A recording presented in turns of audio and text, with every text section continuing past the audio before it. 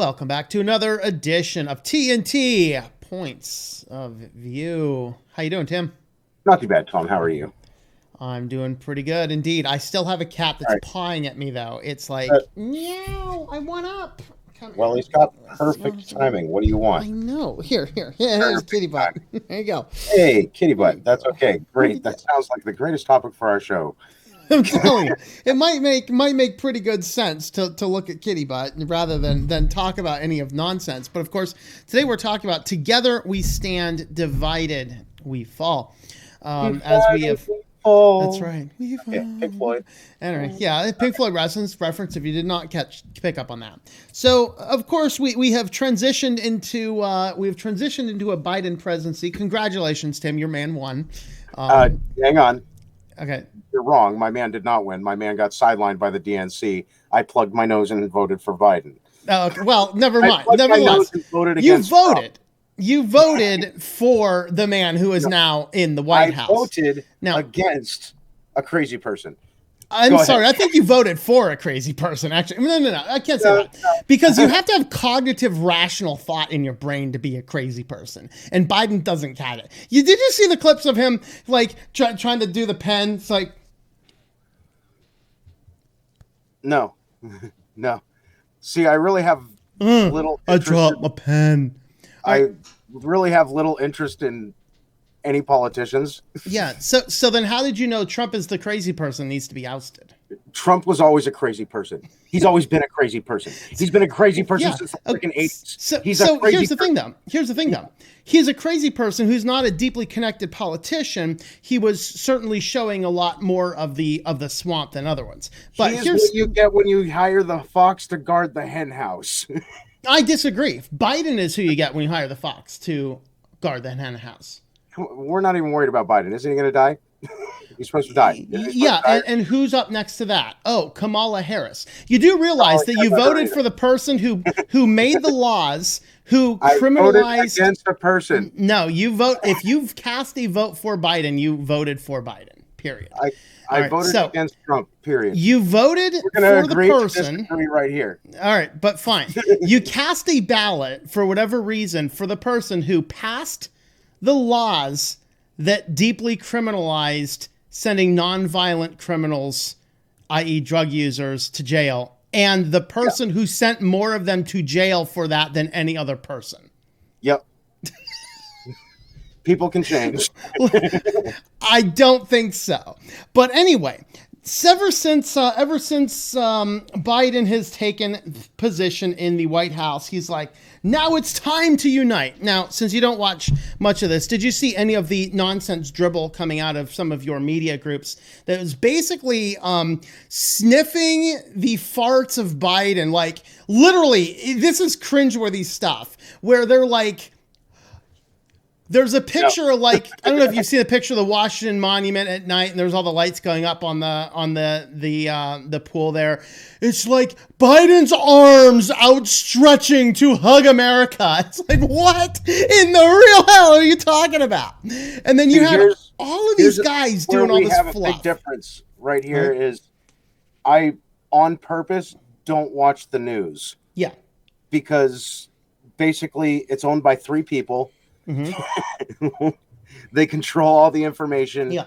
Every last little bit of it is partisan or correct. And so you want to watch it so you know what in the world they're doing. And that's really the difference.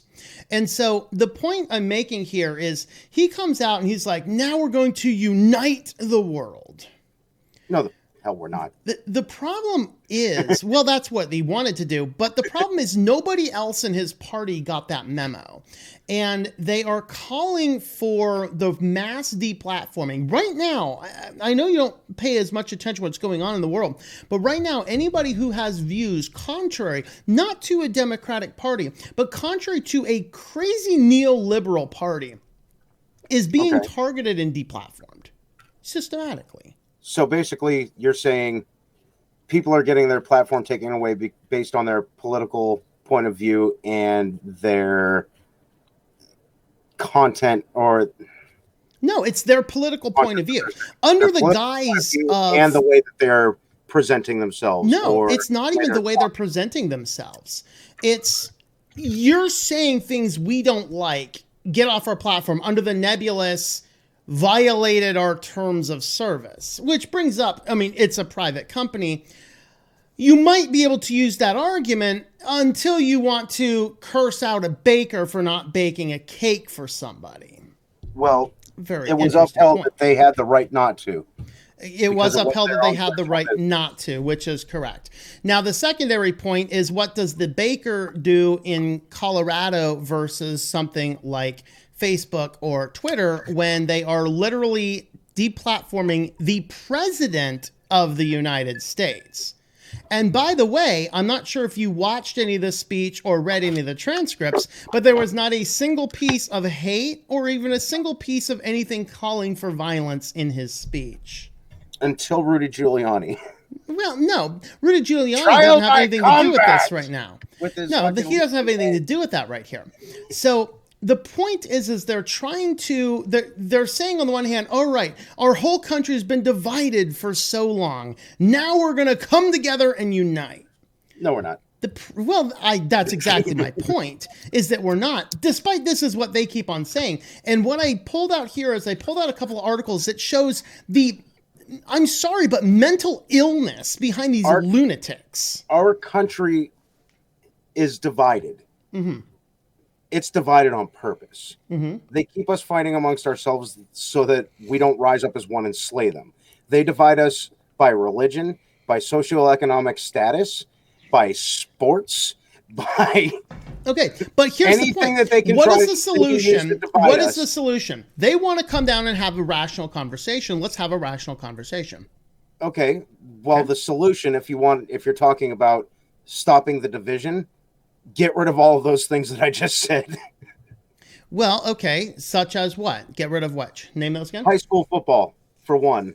Okay. High school sports, school sports. Here's my take on this. I think school sports personally are kind of a waste and kind of stupid. But at the same token, hey, if somebody... We spend more money on stadiums than we do on books. We spend more on stadiums than we do on a decent toilet paper so you can take a dump. Yeah, okay. Now, are we talking the college level or are we talking the high school level? Because I think we're those are two different things. All school level. Well, there's two different things, though. Because on the high school level, yeah, a lot of money does get put into some of the stadiums, but it's not as bad. In a college level, holy crap. There is more. I'm not going to disagree that college, it's real bad. It's real bad. Mm-hmm. But even in high school, like, they will pass students so that they can play on the big game. Like, yeah, I mean, some of them will, and this has become worse as we've had more libtards get into the system and be like, we're gonna do this, that, or whatever. And so, yeah, there's certainly some of that. But here's my point is, if we want to come together and have some rational thought, we need to come back and actually have rational discussion and rational conversation. And so I want to go ahead and look at this first article here, but this is just like insane. Which one is this? Okay, the Los Angeles Times. Okay. So this is a column piece from a reporter at the Los Angeles Times. What can you do about the Trumpites next door? An opinion piece. Okay. Roger. Yes. So it generally says it right at the top. Correct. No, but here's the point. Yes, this is an opinion piece, but being an opinion piece, this is representative of the mindset of these people. There are people that think if you have a Trump flag in your front yard, you are simply out to kill black people, to do neoliberalism, to be a white nationalist, because that is what the news media has constantly told us. I completely agree with you with this statement. If we all ban news media, it's all done. Go ahead. If you're flying a Trump flag in your front yard, first off, you're weird. Secondly, you're no better than the person wearing the football jersey and he's like 600 pounds overweight sitting at the bar cheering for his team. So what do you think you have no basis in what do you think about flying a Biden flag? Also weird. Mm-hmm. But nevertheless, aren't flying Biden do flags I have the right to my political opinion and to say this is the person I support? Absolutely. But flying a flag in your yard of your political ideology person doesn't make you less weird. Okay, we're not discussing that part though. Here's the thing. Do I have the right to fly a flag for a political party? Then would you inform the people on the left that I have a right to fly a flag? I'm not on the left. That's the point though. You're trying to argue from a center left position. I'm telling you the people on the left are absolutely insane.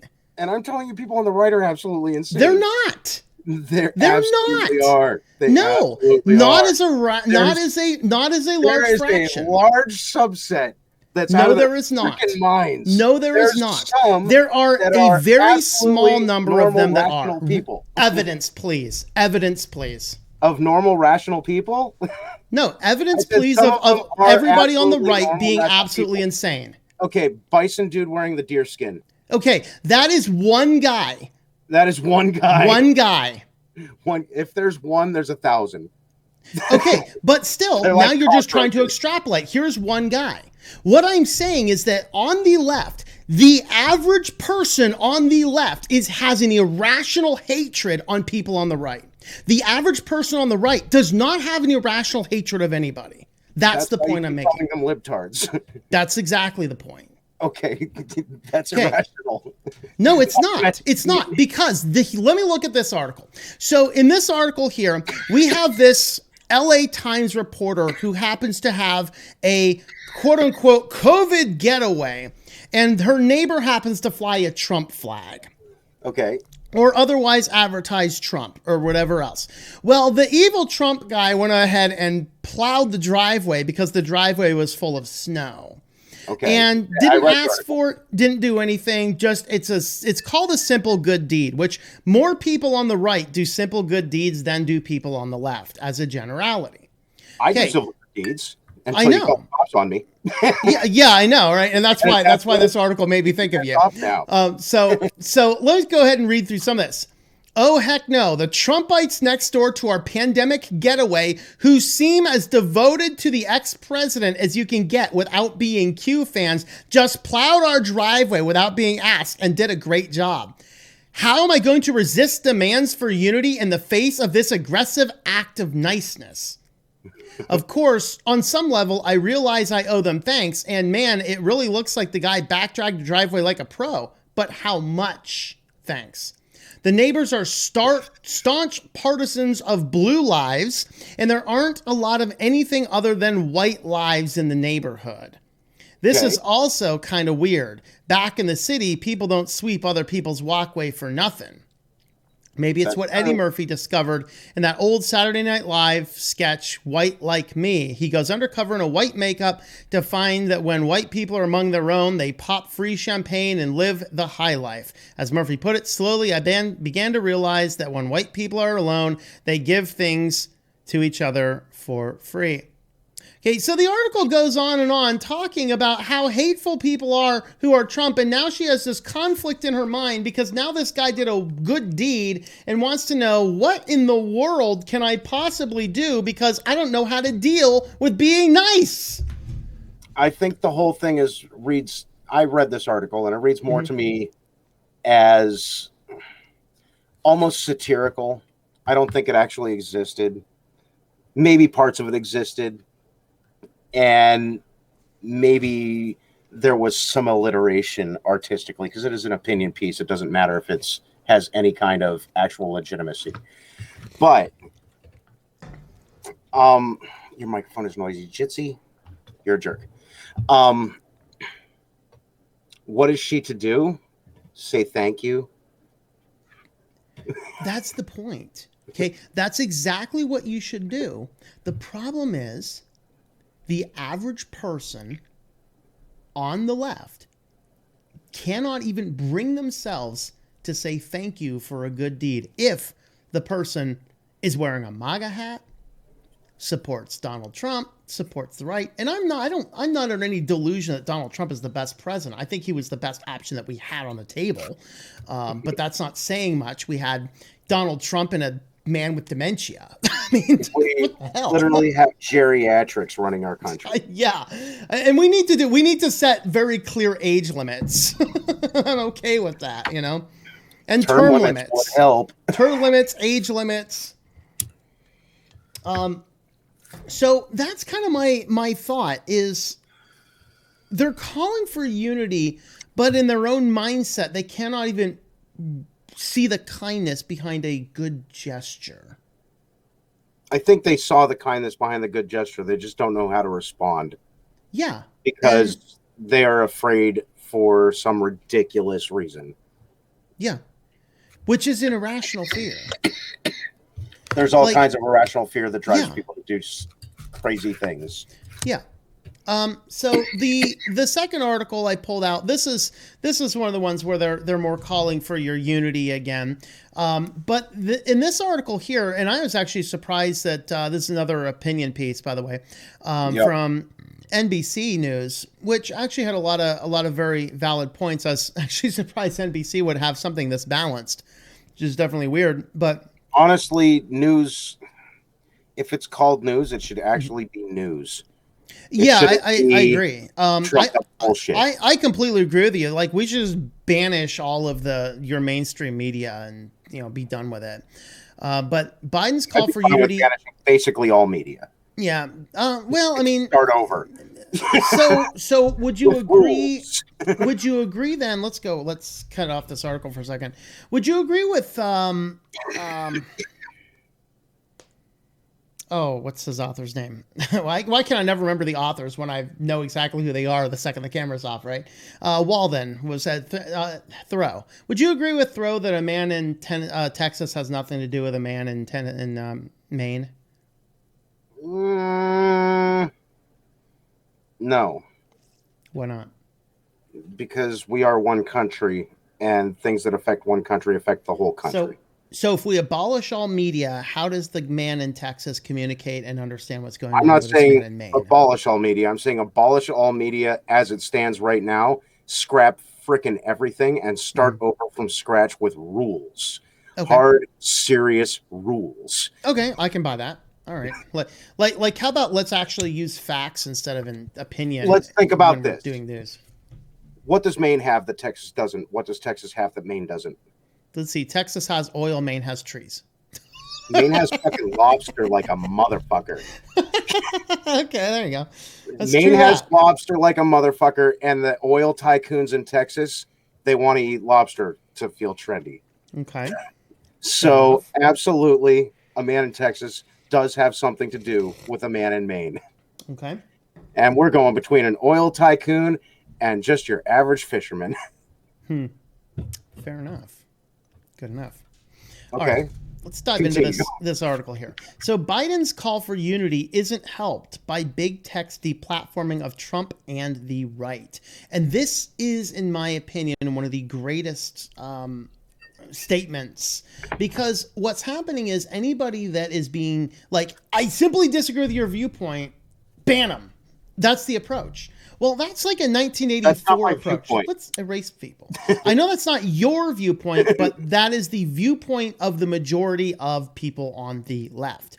This is why if you find people who've left the left, what you will find in those people is they have been told their whole life how evil and how hateful people are on the right. And then when they actually go to something on the right, mostly to make fun or just to see how bad it is, they're like, wow, I'm actually really loved here.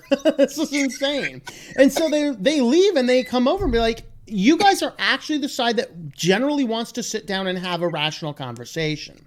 Here's and I'll have a rational conversation with anybody. Go ahead. A philosophy I want to throw out there. Every group, it doesn't matter who it is, white, black, Chinese, Republican, Democrat, liberal, conservative, every last one of them has their share of arrogant assholes. I agree. And it doesn't matter what race, color, creed, or religion you are, you're an asshole or you're not. I can get along with people on the right just fine. Yeah, and most people, like a centrist can, and you're more of a centrist. Okay, and I'm a centrist. I just lean right on the centrist side. You probably lean a little bit less left than I lean a little bit more right, Possibly. If we look at that. But I'm saying is that believe in abortion and guns. Yeah, which death penalty. is kind of a rare point. Yeah, abortion, guns, and death penalty. What are you, a heretic? I mean, and I agree in the death penalty, guns, and I do not agree in abortion. I agree on certain reasons. public execution and hardcore at that. Yeah, it should be very public and very well, very well. Somebody, we're gonna draw and quarter him with motorcycles. There you go. All right. So this article basically goes into this. So here, Twitter has deplatformed the sitting president of the United States for quote unquote hate speech. And there was nothing he said in any of his speech that was hateful or even inciting on a riot. They banned him, and then they told everybody that it was all hate speech. Everyone knows, like, nobody's ever been banned for hate speech. You can say this is exactly what it was. Because you can grab banned for hate speech, and it was legitimate hate speech. No, but what I'm saying is, did you actually see the people say this is exactly what it is? Yeah. Okay. And they were gone. How many of those have there been? I can't give you a number on that. All I can give you is my circle. Little circle. Okay. These are cases where you've seen them. 2%. Can you show me a public figure like Donald Trump who was deplatformed from nearly every tech platform? Can you point out to me the hateful things that he said or did? No. And that's the point. But how about Alex Jones? Alex Jones is an absolute lunatic, but can you point out where he said something hateful or inciting into violence? I don't watch Alex Jones enough to actually say so. Yeah. The only possible clip is the "I'm gonna eat your neighbors" type clip. But that was well after he was deplatformed from everything. Yeah. That's the point, is you're trying to kick these people off these platforms, declaring it's a violation of our community standards and it was hate speech, but nobody actually has the evidence. This is 1984. We're going to make you disappear not because you said something wrong, but because we disagree with you now. Now, The beauty of this is the week after this happened, there was another election, and this might have, I can't remember exactly which country this was. It might have been the Myanmar here. There was another election coming down, and Twitter. So Twitter tried to deplatform just the conservative side of this group. So the country came back and said, yeah, boom, blocked Twitter. Amen, brother. And so when they block Twitter, they come back and Twitter's like, you're interfering with the democratic process. They're like, dude, you're interfering with the democratic process. You're only allowing one side to speak. And that's exactly what the big tech is doing right now. They're whining and crying if a country blocks their whole platform, but they don't want to have all sides of those platforms talk. So would you agree? My friends of color, that sounds like white people problems to me. What does? I said that whole thing sounds like white people problems to me. What whole thing? You shut my whole country down, or you shut my platform down in your country. Wah. Oh no, what are you going to do? Here's one of the reasons. Here's the reason that's significant, though. In many of these countries, the big tech platforms are the only way to communicate. There's no other means of communicating in some of these countries. Just I feel you there. Rationally stupid. But that's what happens. That really is what happens. And that in and of itself is not Twitter's fault. The what? That in and of itself, if that's the only way they have to communicate, that's not Twitter's fault. And so, but the country coming back and saying, okay, we'll turn you on if you will let everybody speak. But that's the point. And that's where we get into the last article, which is probably the biggest article of this week in the world. Really long. I'm only halfway through it, but it's a great read. Yeah. So this is, of course, just reading the headline, the secret history of the shadow campaign that saved the election. Anyway, go ahead. Yeah. Get your rant on, you raven lunatic. Yeah. And so this article is so fascinating. It literally, if you come out and talk about any of the things that they actually said, we are actually doing this on YouTube, you'll get banned. The video will come out or you'll get banned. In fact, Donald Trump Jr. tweeted this article and talked about what some of this, and they called him a conspiracy theorist. Dude, he just literally said everything they were doing. Look at this sentence here. Within days after the election, we witnessed, okay, this is a quote from Trump. Within days after the election, we witnessed an orchestrated effort to anoint the winner, even while many key states were still being counted. In a way, Trump was right. Yeah. This talks about a lot of big global guys. Now, on the one hand, they're saying, but it wasn't for any side to win. This was just of a fair and honest election. There is one person, I'm not sure if you got this far down the article, there is one person involved in all of this. The architect, Mike, is it Podhorzer or whatever his name is, the pod man.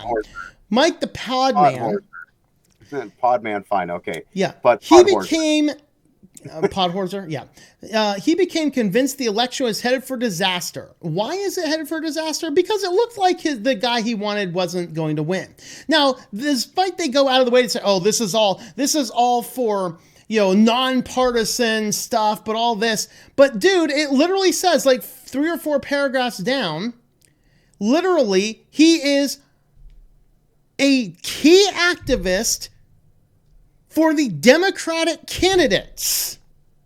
He is the guy. They are talking to people on the streets. They're telling them to riot or not to riot. Further down in this article, he made sure that there were absolute staunch Trump supporters on the committee. Where was that part at? Do you remember? Scroll down. Stop.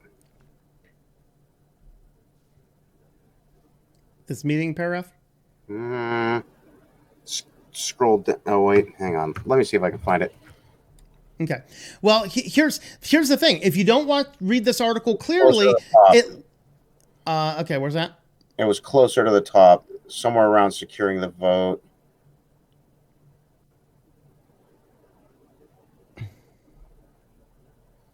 Okay, let me read this article while you're looking at that. He spent months pondering scenarios and talked to experts. It wasn't hard to find liberals who saw Trump as a dangerous dictator, but Podhorzer was careful to steer clear of hysteria. He wanted to know, was not how American, I think there's a typo there, or I'm reading it wrong 3 times.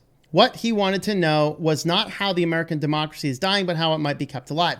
Chief difference between U.S. and countries that lost their grip on democracy, he concluded, was that America's decentralized election system couldn't be rigged in one fell swoop, and that presented an opportunity to shore it up.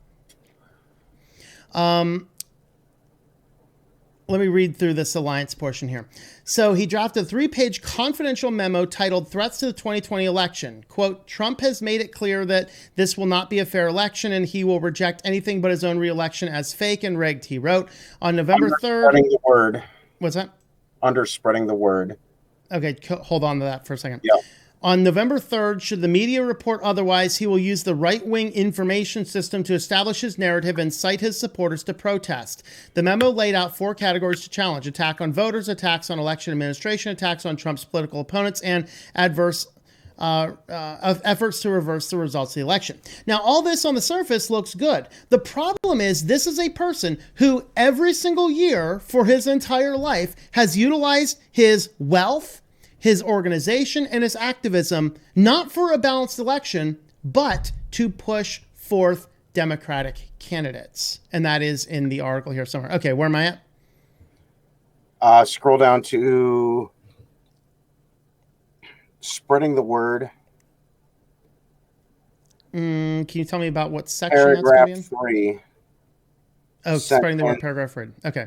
Wonk, the former GOP congressman, worked through the nonpartisan reform group issue 1 to rally Republicans to the effort. We thought we should bring some bipartisan element of unity around what constitutes a free and fair election, he said. The 22 Democrats and 22 Republicans on the National Council on Election Day Integrity met on Zoom at least once a week. They ran ads in 6 states, made statements, wrote articles that alerted local officials to potential problems. We had a rabid Trump supporters who agreed to serve on council based on the idea that this was honest. He said, this is going to be just as important, he told them, to convince the liberals when Trump wins, whichever way it cuts, we're going to stick together. Okay, yeah, that is one portion in here. And now, that is... look up further. Okay.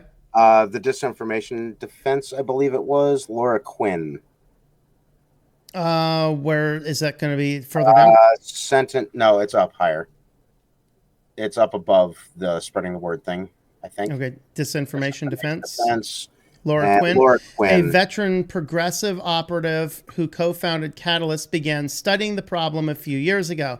She piloted a nameless secret project which she had never publicly discussed that tracked disinformation online, tried to figure out how to combat it. One component was tracking dangerous lies that might otherwise spread unnoticed. Researchers then provided information to campaigners or to the media to track down the resources and expose them. Okay, so what is this disinformation? Continue. Okay, continue. The most important takeaway from Quinn's research, however, was that engaging with toxic content only made it worse. When you get attacked, the instinct is to push back. This isn't true, she said, but the more engagement something gets, the more platforms boost it. The algorithm reads as, oh, this is popular, people want more of it. The solution she concluded was to pressure platforms to enforce their rules, both by removing content or accounts that spread disinformation by more aggressively policing it in the first place. The platforms have policies against certain types of malign behavior, but they haven't been enforcing them, she says. Keep going more or not? Yeah, read this whole thing. Okay. Quinn's research gave ammunition to advocates pushing social media platforms to take a harder line. In November 2019, Zuckerberg invited 9 civil rights leaders to dinner at his home, where they warned him about the danger of the election-related falsehoods that were already spreading unchecked. Quote, it took pushing, urging, conversations, brainstorming, all that to get the place to where we ended up with more rigorous rules and enforcement, end quote, says Mrs. Gupta, president and CEO of the Leadership Conference on Civil and Human Rights, who attended the dinner and also met with Twitter CEO Jack Dorsey and others. Gupta has been nominated for Associate Attorney General by President Biden.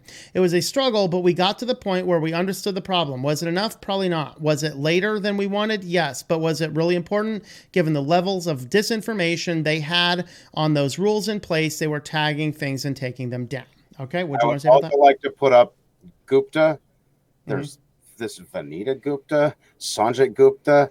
There's like a whole bunch of Guptas that I've read about not too, like fairly recently. And I'm just thinking, that's definitely Indian. That's Gupta. It's got to be like the Indian version of Smith. Okay.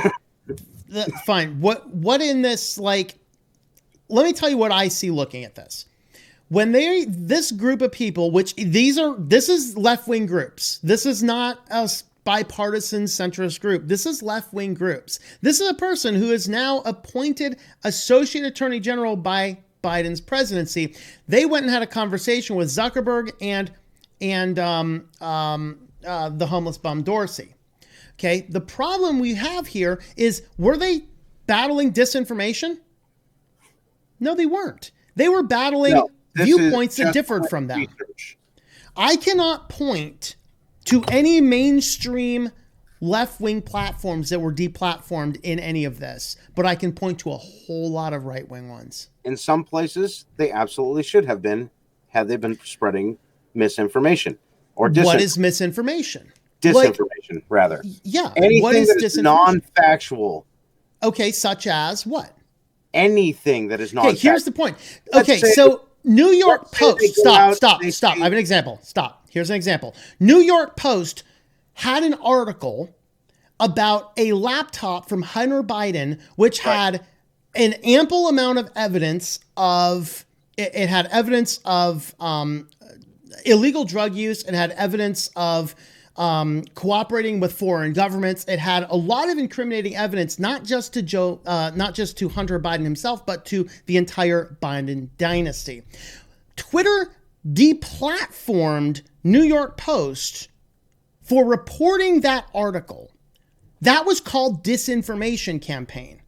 Wouldn't you know it? The day after the inauguration, oh my God, look at this laptop from Hunter Biden. Who would have known it? That was not disinformation. Is that what came was out? Deplatforming. I want to see that article because I want to read that. Oh, yeah, you can go find it. Yeah, it's easy to find. Find me Find me the I'm not going to find it right this second, but okay, yeah, you you can go and find that. But here's the point. That article came out. This made a massive storm because that article came out.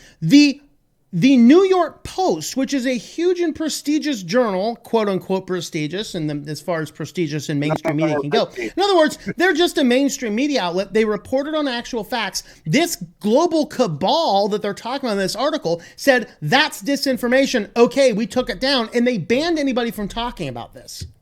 Okay. And then they buried it until after the election. And then 3 days after the inauguration, holy crap, there's this laptop with all this incriminating stuff. Oh, well, Biden's in the White House. What was the There are hundreds of thousands of people who voted for Biden who said if this information was out, we would not have voted for Biden. They intentionally deplatformed anybody talking about that, which was based on actual fact. I'm just going to go out on a limb and say you wouldn't have had that problem with Sanders. Well, I mean, if it was Sanders, yeah, if Sanders was the one running, yeah, they would have run the thing because that's the way it was. But that's the point. Here is this global cabal. This is a leftist group, and they're going in here and having private meetings with Zuckerberg and Dorsey, who control the most powerful social media platforms, not to get quote-unquote disinformation. What's disinformation? Well, anything we disagree with. Anything that's not factual. Point. So no, it's not factual because Hunter Biden's laptop issue was completely factual. They just disagreed with it. Mm-hmm. Factual. That's why I'm saying factual. That's the actual reason why I'm saying factual. That's the problem, though. They did not. That are actually not factual. That is a violation of that whole sentence. That happened dozens of times. Okay, great. Now, let's say that some left-wing media comes out and says scandalous things like Trump was sleeping with a porn star named Stormy Daniels, who at first he paid to open her mouth and then paid to shut it. Mm-hmm. Yeah, those discussions were not banned off of social media. No. In fact, they were spread by him. They probably shouldn't have been because that's exactly what happened. Yeah. And you know what? It wasn't a big scandal. A little bit, but not a big one. Right. But this guy here, he's literally spends an entire time saying, yeah, I'm specifically, I wish I could find that spot. All right, let's see if I can find it.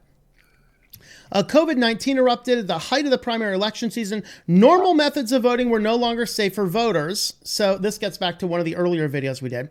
Normal methods of voting were no longer safe for votings or mostly elderly volunteers who normally staff polling places, but political disagreements intensified by Trump's crusade against mail voting. Why is there a crusade? Because every single mail-in election has resulted in a lot of fraud. That's just a factual truth. I want to see that factual truth. Where's the numbers? We actually did that in the one video. We actually had a lot of articles and we covered a lot of those. And we had that whole list of different cases where there were actual convictions for voter fraud. Nearly every one of them was surrounding mail-in votings. Okay. So that'll be up on the website. Preventing some states from making it easier to vote absentee for jurisdictions to count those votes in a timely manner. Chaos ensued. Ohio shut down in-person voting for its primary, leading to a minuscule turnout. Poll worker shortage in Milwaukee, where Wisconsin's heavily Democratic black population is concentrated, left just 5 opening poll places, down from 182. New York counting took more than a month. So they're talking about some of these issues here, and then they're getting into how they were getting into how they got states to change their laws on voting. And that's one of the crunches of this thing, is because the way that they were changed was unconstitutional. So let's burn down the Constitution for the sake of getting in more voting. In which way exactly were they unconstitutional? So here in Pennsylvania, the laws about how you change the rules, the legislators have to be the ones to change the rules, but I believe it was a judge and an edict from the governor that changed the rules. That's unconstitutional. What's that? I need to find that one. Yeah. I believe that's the breakdown there. All right. Suddenly the potential for a November meltdown was obvious. In his apartment in the DC burbs, the pod man began working from his laptop at the kitchen table, holding back-to-back Zoom meetings for hours a day with network contracts across the progressive universe. In other words, we're not meeting with conservatives, we're meeting exclusively with progressives. The labor movement, the institutional left like Planned Parenthood and Greenpeace, resistance groups like Indivisible and Move On, progressive data geeks and strategists, representatives of donors and foundations, state-level grassroots organizers, racial justice activists, and others. In April, he began hosting weekly 2.5-hour Zoom. It was structured around a series of rapid-fire 5-minute presentations on everything from which ads were working to messaging, legal strategy. The invitation-only gathering soon attracted hundreds, creating a rare shared base of knowledge about the fractionist progressive movement. At the beginning of talking about trash under the left, there's not going to be good information sharing, said Anat Shenakera Osoro, a close podman friend who poll-tested message guidance shaped the group's approach. There's a lot of not invented here syndrome where people won't consider it a good idea if they don't come up with it. All right. NIMBY, not in my backyard. That's right. That's right. Build that jail somewhere else. And so what we see here is we have millionaires. And also, I would just like to say that what I just found was the PA House okays the changes to voting law mail, but I don't know how exactly went in. It doesn't really say. It's like a paragraph. Mm-hmm. Yeah. We need to dig more into that one. That wasn't something I planned on talking about here. Well, it's just kind of sidelined. Yeah, I know, right? And that's the problem. All these things are sidelined. So instead of actually bringing them before a court and saying, let's look at the evidence and make a decision, we're not going to hear it. And that's why the thing. So this is an entire group. I think we're done flipping through that. So here's an entire group of people that are organizing specifically to change things and to empower things and to work with social media and to work with the media, all to push a narrative that Trump and everybody that votes for Trump is clinically insane. And then we get back to these articles where we are so mad at people who shovel our driveways simply because they voted for the political candidate that we did not necessarily support.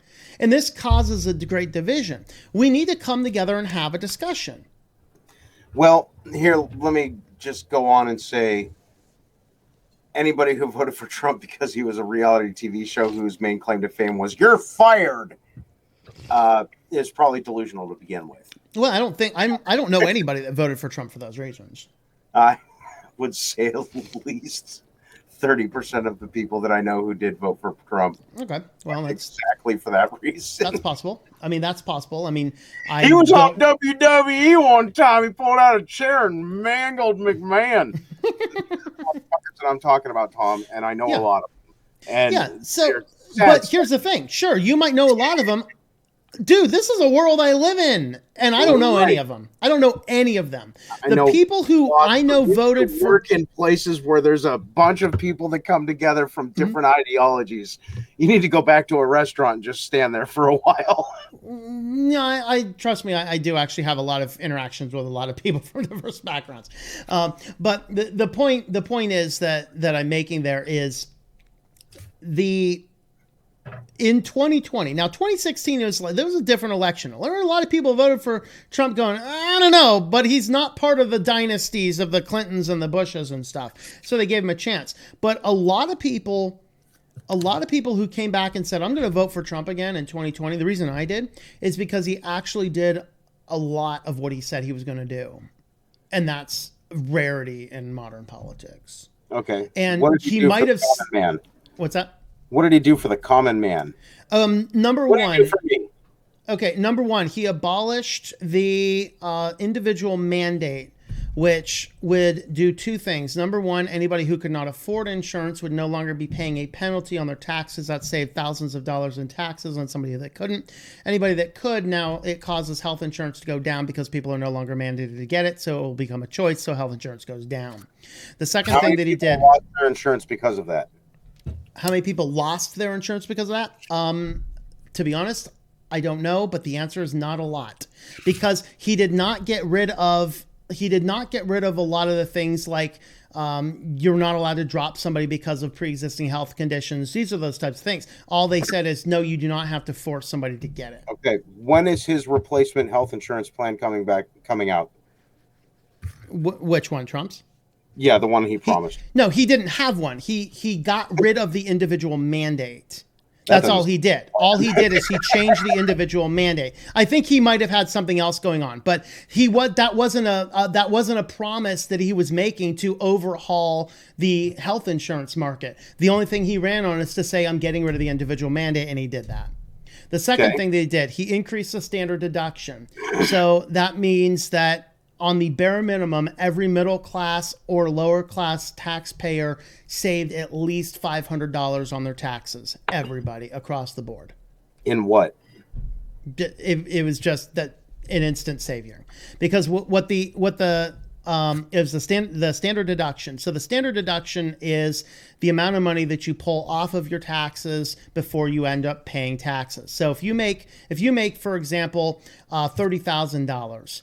Prior to Trump coming into office, the standard deduction, I believe, was $600. So you take that $600 off, and that gets pulled off of your taxable income. So you're not paying taxes on that from the amount of money you make. It has to be a specific deduction. No, it's a standard deduction. That means that every taxpayer, when you file your taxes, you can take an itemized deduction, or you can take the standard deduction. So you take whichever one is larger. Okay, so to do the itemized deduction, you absolutely have to actually itemize enough. Yes, so you would have to, prior to Trump, your itemizations would have to increase $600. So if you donate to your church, if you donate to the Goodwill, you donate to the food bank, you save all your receipts and you put everything together. If that number's not $600, then you use the $600 standard deduction. If you're not making at least $40,000 a year, you're not donating to any of those things. That's fine. In which case, you're not donating to anything, and you get a $600 tax deduction immediately. On what? Everything. You really need... Okay, I can't explain basic taxes to you. You need to go and understand how taxes work. It's about time. All right. What Trump did is he doubled that number. So I don't have to think about that crap. Okay. So I also don't change my own oil. Okay. So what Trump did is he doubled that number. So everybody's went from 600 to 1,200. So that means that everybody's income, you're taking that amount out. And so you're pulling that off. You're not paying taxes on that. Okay, now I pay extra taxes. Okay, why do you pay extra taxes? To cover capital gains. You shouldn't have a lot of capital gains. I've got plenty of capital gains. You should not have capital gains unless you have enough money to pay off all your stuff. Not to mention, you get a nice fat return because you've overpaid. Yeah, a nice fat return means a nice fat return means that the government has been holding your money interest free. You could have taken that money. You sent them more than you were supposed to. I know that, and that means that they're holding that money all year without you being able to invest it. If you're paying massive capital gains right now, you need to find another accountant. I'm not paying massive capital gains, just dividends. Yeah, dividends is not specifically capital gains. It has to cross. It has to cross over a certain threshold. Yeah, but it crosses over enough that I take out an extra $20 on top of what I already taxed. That's not capital gains. That's just extra income. Right, but it's still extra income. No, so it's extra income. It's not capital gains. To counterbalance the taxes that those incur, that's why I take out the extra money on my paycheck. Yeah. Okay. So that's look at a nice fat return. that's not any still what Trump did made you pay less taxes. If you say so, but I still feel like I paid plenty in taxes. Yeah, well, I'm not saying he didn't totally abolish everything, but what I'm saying is that yes, he actually did things to cut back your taxes. So those are two things right off the bat. Okay. What's the unemployment? Unemployment was the lowest under Donald Trump, particularly among minorities. People are talking about, oh my God, he's such a racist guy. He had the lowest black unemployment ever in the history of the country and the highest black average salary ever in the history of our country. Okay. That was because of job creation. That was because of bringing jobs back here by putting extra tariffs on places like China. So what the companies, it was costing them more money then to go produce things on China and then bring it back, which increased the people doing manufacturing back here. Okay, so how does that cover into the soybean farmer subsidies? I mean, I can't comment on that one specifically. I mean, that I can't one say I looked at the soybean specifically, farmer. when we put the tariffs on China for the soybeans, they just decided they're not going to buy our soybeans anymore. So the soybean farmers got hit right in the ass and had to be subsidized for millions upon millions of dollars. Soybean farmers could have easily been converted to another crop. I mean, it's not like the pipeliners who thousands of them lost their job on day 2 of Biden presidency. They can't go and learn to code tomorrow. No, they weren't temporary jobs. No, they weren't. No, they weren't. There was 1,000 temporary jobs and like 35 permanent ones. No, manning there were a lot more than that. Pumping stations after they're done building. No, there were a lot more than that because there were the building, then there were the maintenance ones. There's a lot more in that than temporary jobs. And even still, let's talk about the truckers that are no longer shipping those routes. Okay, do you know why the pipeline was so well liked by the oil industry? Because it made them a lot of fucking money. No. It was because the truckers were too overwhelmed. The truckers have enough to truck back and forth. The pipeline took the burden off the truckers. So that helped the oil get down without the aid of the truckers, so the truckers could support the food. And waitresses along the truckers' routes because they had to stop. Say that again? I said it also took the money out of the truckers and waitresses. No, it didn't change the trucking industry. It did not. The only thing it did in the trucking industry is it took off some of the extra burden. The trucking industry is still doing fine. We still have to ship food. We still have to ship other materials. We were still shipping oil along those routes via trucks.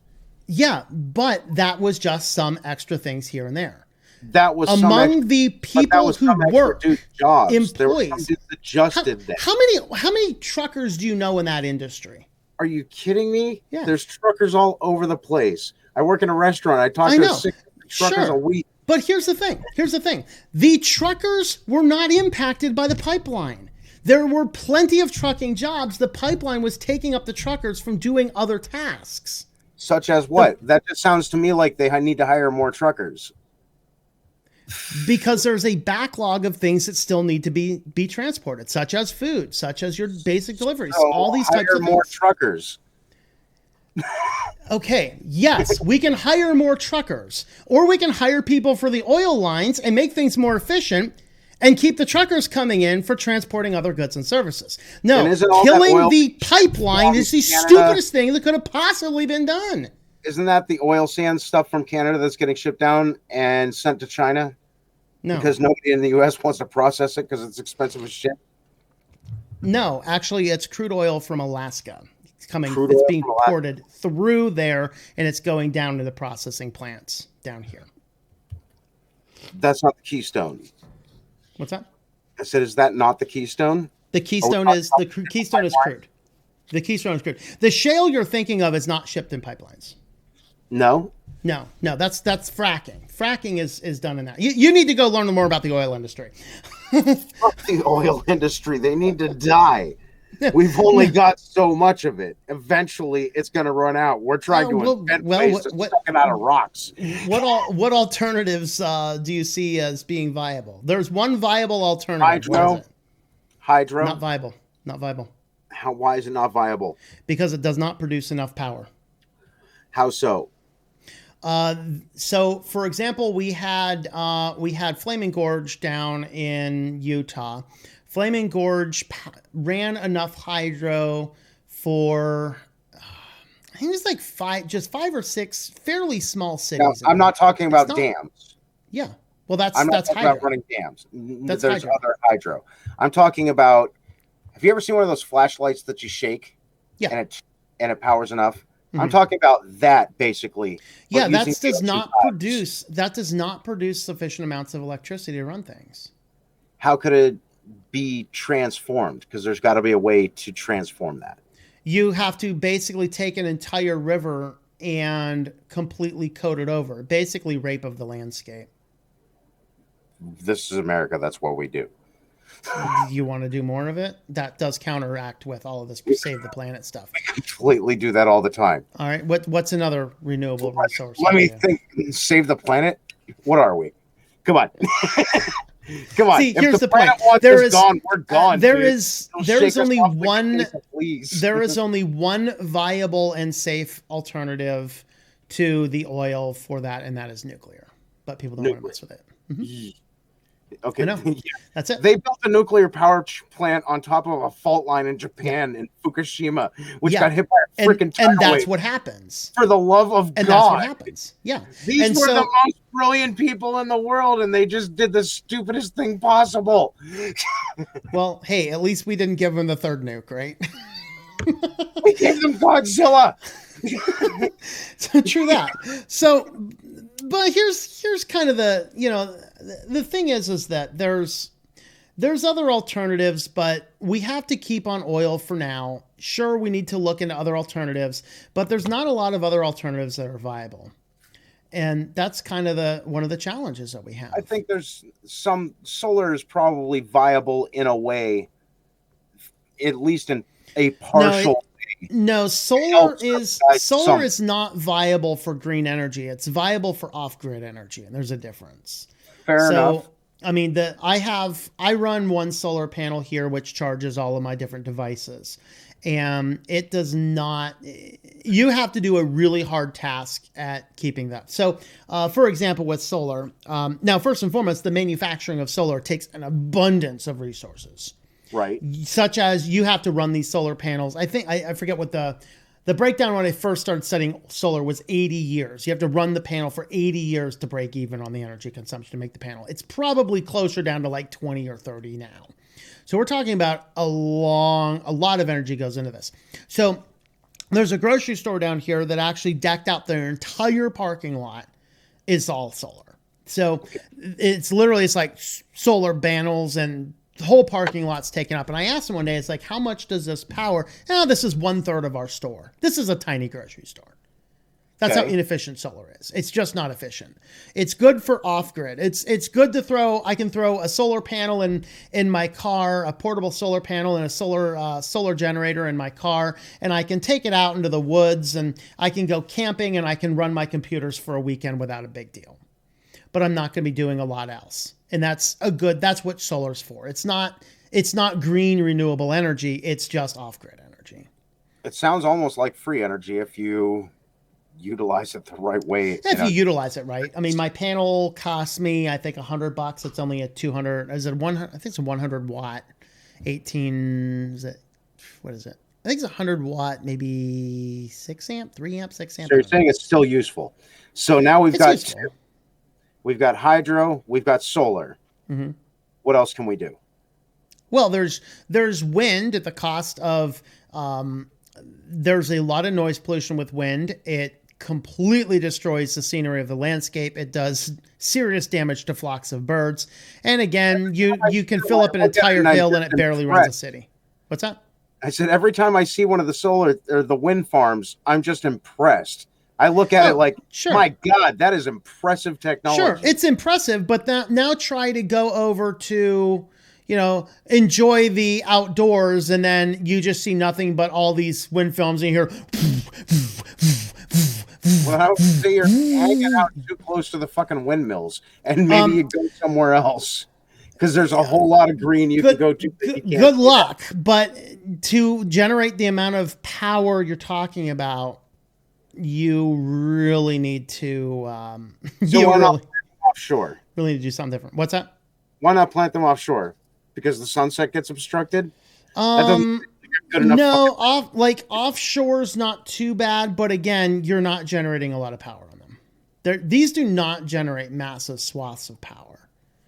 We got to find another way because eventually it's going to go away. Yeah. Anyway, we got completely off topic here. Yeah, we did. I'm thinking we should cut some of that off and revisit that another day. We'll have a little holy crap energy clip. All right. So that's generally my argument is that there's fewer rational people on the left. There are certainly, as we indicated, there are some rational people on the right, but for the average person on the right, they're generally willing to sit down and have a conversation. And I have not found a whole lot of people on the left that are simply willing to sit down and have a conversation. My one and that's buddy, really Fred, part of the problem. sometimes when he starts talking to me, and I just can't stand talking to the guy any longer. Like, isn't there a liberal somewhere that's trying to take your guns? And he just goes off, and I'm like, all right, get out of here. Because he still has all of his guns. Nice. I've been saying this for freaking 20 years, and he's got every last one of them. All right. So that's kind of my argument. Sure, I would love to see unity. I would love to see us come together, but you're going to need to stop deplatforming the people you disagree with. You're going to have to stop holding these multi-million-dollar backdoor meetings and controlling the media with it and then claiming nobody did anything wrong here. You need to actually get out and have discussions with people and have calm conversations with people you disagree with. That's overall now, my I have point. plenty of calm conversations with people that I disagree with. Mm-hmm. Fred, for example. God damn it, Fred. But honestly, the division is way deeper than left versus right. Mm-hmm. And in order to stop that division, you got to cut it at the source. And it starts with religion, sports, left versus right. It's every last little thing is built to divide us as people, as the populace. Because as long as we're squabbling amongst each other, we're not calling for the politicians' heads. Well, maybe. I mean, you should probably as I said at the beginning, I think that there can be some healthy distance in having sports. I'm not a fan of them at all, but there's some healthy discussion that can be had in sports. Maybe we should talk about. Obviously, I think that faith is critically important, and not important. That's important. Yep. I'm saying that you're pointing. It ends up these people are bad because they don't believe in me. Or they don't believe. Well, that's not the Christian message specifically. That's not the Christian message. That's not anybody's message. But eventually, you just said that's not the Christian message. Yeah, is it the Muslim message, Tom? What's that? Is it the Muslim message, Tom? Because I've dumped all of them. Yeah, well, you guys can agree in Islam itself. In Islam itself, if you are not an adherent of Allah, you are considered the enemy, and the enemy must be either converted or abolished. Then explain the Holy Crusades. Well, the Holy Crusades were not consistent with the Bible itself. How about the Spanish Inquisition? Spanish Inquisition was not consistent with the Bible itself. How about the non-involvement during the Holocaust? Non-involvement during the Holocaust is an interesting discussion because there actually were a lot of Christians that did stand up in the middle of the Holocaust, but not as many as should have been. Those who did stand up were standing for the Christian cause. So, for example, there's a lot of hypocrisy on both fucking sides. Without diving too far into it, yes, there are a lot of people who say I am a Christian who it's very clear they're not. A whole lot of them. And that's another conversation for another day. But as soon as you stop stepping over the homeless people sleeping in their own piss to keep themselves warm, I'm more than willing to have a conversation. Well, more Christians have done that than anybody of any other individual group. I'll tell you that. I'm just saying. Yeah, look up Pacific Garden Mission, for example. That's an excellent example. Talking to you, we should probably wrap it. All right, let's go ahead and wrap up here. Well, anyway, Tim, where can we find you at? You can find me basically anywhere as /Mavis Games, YouTube, Facebook, Twitter, and most importantly, Twitch, which is where I do my game development work. All right. And you can find us, right, kitty cat? He's going to kick me in the face. I am several different places at Switched to Linux or Our Walking Christ, except you won't find me over there on Facebook. Blech! Evil crap. Necessary evil. There you go. Hey, kitty. Want to get off my desk now? All right. Well, Tim, we will catch you guys later. Have yourself Tom, a wonderful We'll talk evening. to you later. I love you, little brother. Love you too, man. We'll see ya.